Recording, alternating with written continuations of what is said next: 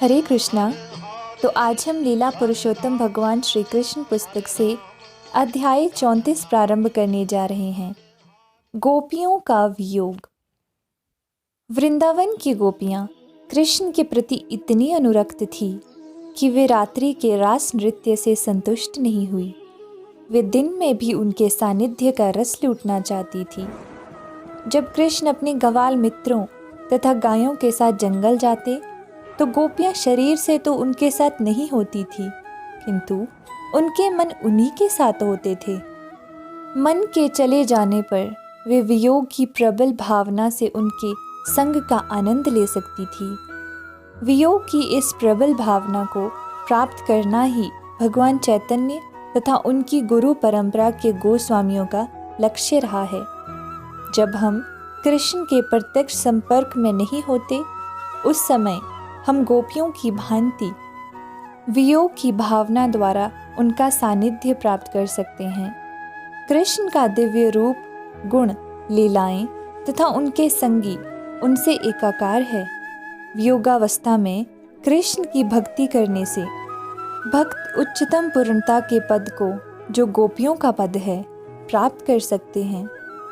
श्रीनिवासाचार्य द्वारा षट गोस्वामियों की प्रार्थना में यह कहा गया है कि उन्होंने सरकारी नौकरी के वैभव तथा जीवन के राजसी ठाठ को त्याग दिया और वृंदावन चले गए, जहाँ वे सामान्य साधुओं की भांति द्वार द्वार भिक्षा मांगकर रीझने लगे। किंतु उनमें गोपियों की वियोगावस्था का इतना प्राबल्य हुआ कि उन्हें प्रति क्षण दिव्य आनंद की प्राप्ति होने लगी। इसी प्रकार जब भगवान चैतन्य जगन्नाथपुरी में थे तो वे राधा रानी की भूमिका संपन्न करते हुए कृष्ण के वियोग का अनुभव करते रहते।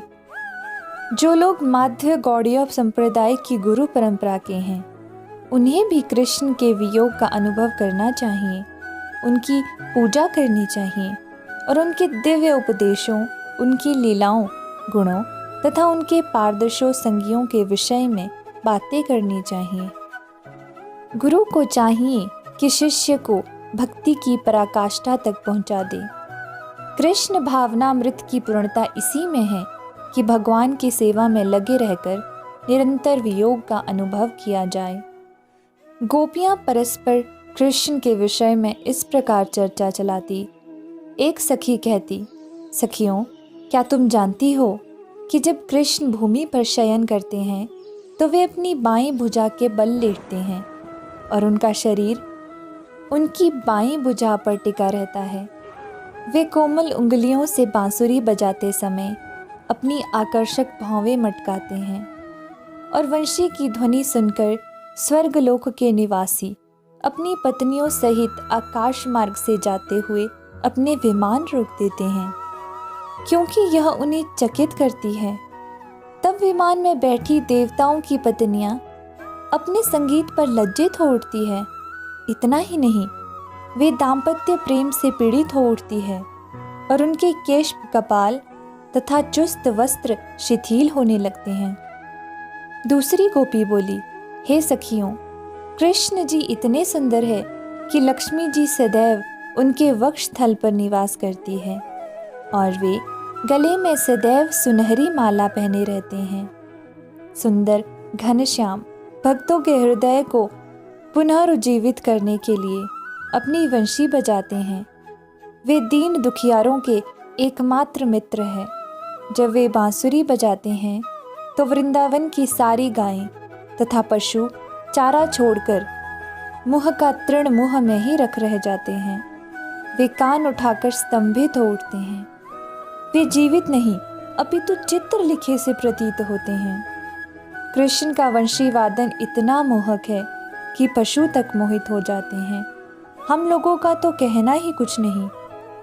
एक अन्य गोपी कहने लगी, सखियों, पशुओं की बात छोड़ दें, यहाँ तक कि वृंदावन की नदियाँ तथा सरोवर जैसी जड़ वस्तुएं भी कृष्ण को सर पर मोर पंख लगाए और वृंदावन रज लपेटे देखकर चकित रह जाती है। वे अपने शरीर को पत्तियों तथा फूलों से अलंकृत किए हुए एक वीर की तरह लगते हैं। जब वे बांसुरी बजाकर गायों तथा बलराम को बुलाते हैं तो यमुना नदी बहना बंद कर देती है और उनके कमल चरणों की धूल लेने की प्रतीक्षा करती है। किंतु बेचारी यमुना भी हमारी तरह अभागी है, उसे कृष्ण कृपा प्राप्त नहीं हो पाती।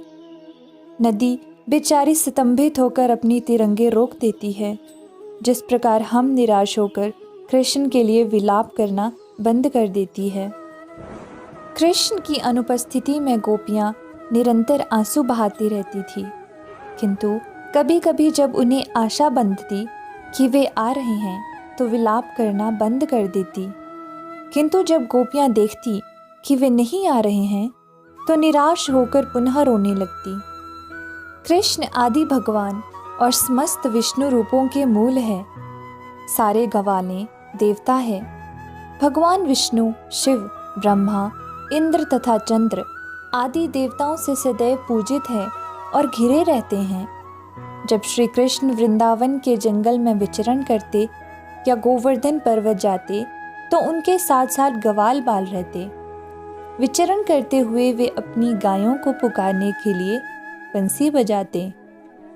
जंगल के सारे वृक्ष, लताएं तथा अन्य वनस्पतियां उनके सानिध्य मात्र से कृष्ण भावना भावित हो गई थी।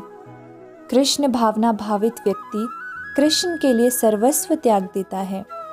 यद्यपि वृक्ष तथा लताएं चेतना में अत्यधिक उन्नत नहीं हैं, किंतु कृष्ण तथा उनके मित्रों की संगति से वे भी कृष्ण भावना भावित हो जाती है।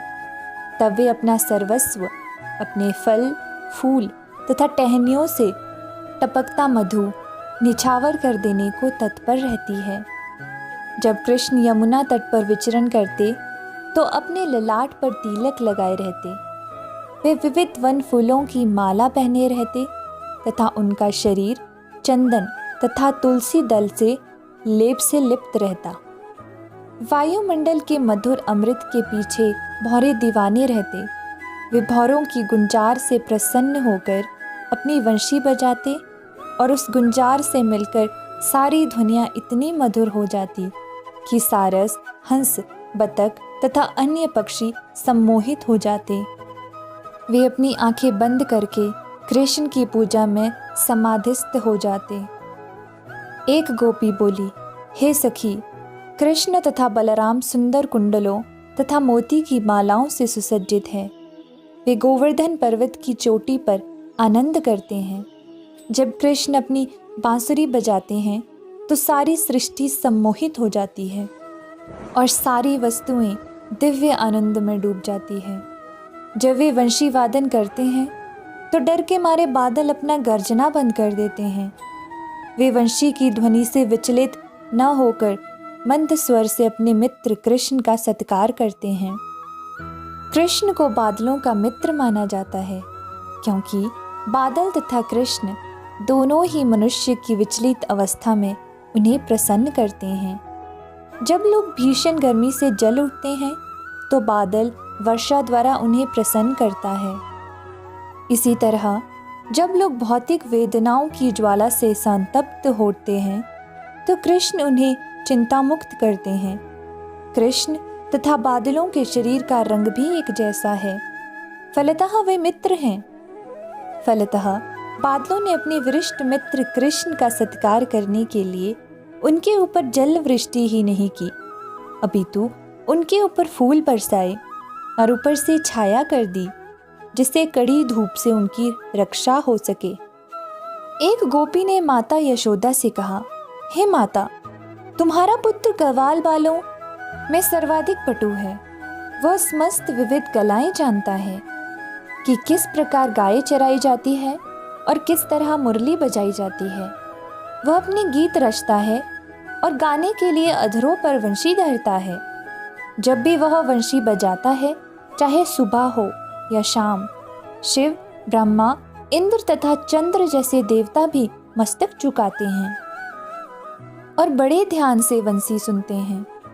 परम विद्वान एवं पटु होते हुए भी वे वंशी की तानों को नहीं समझ पाते। वे ध्यान से केवल सुनते हैं और समझने का यत्न करते हैं, किंतु कुछ भी समझ नहीं पाते। एक अन्य गोपी बोली, हे सखी, जब कृष्ण अपनी गायें समेत घर लौटते हैं तो पृथ्वी को गायों के चलने से जो पीड़ा होती है वह कृष्ण के चरण चिन्हों से, जिसमें ध्वजा, वज्र, त्रिशूल तथा कमल फूल अंकित रहते हैं, दूर हो जाती है। उनके चलते डग अत्यधिक आकर्षक लगते हैं। वे बांसुरी लिए रहते हैं। हम तो उन्हें देखकर ही उनका साथ भोगने के लिए कामाभूवित हो जाती हैं।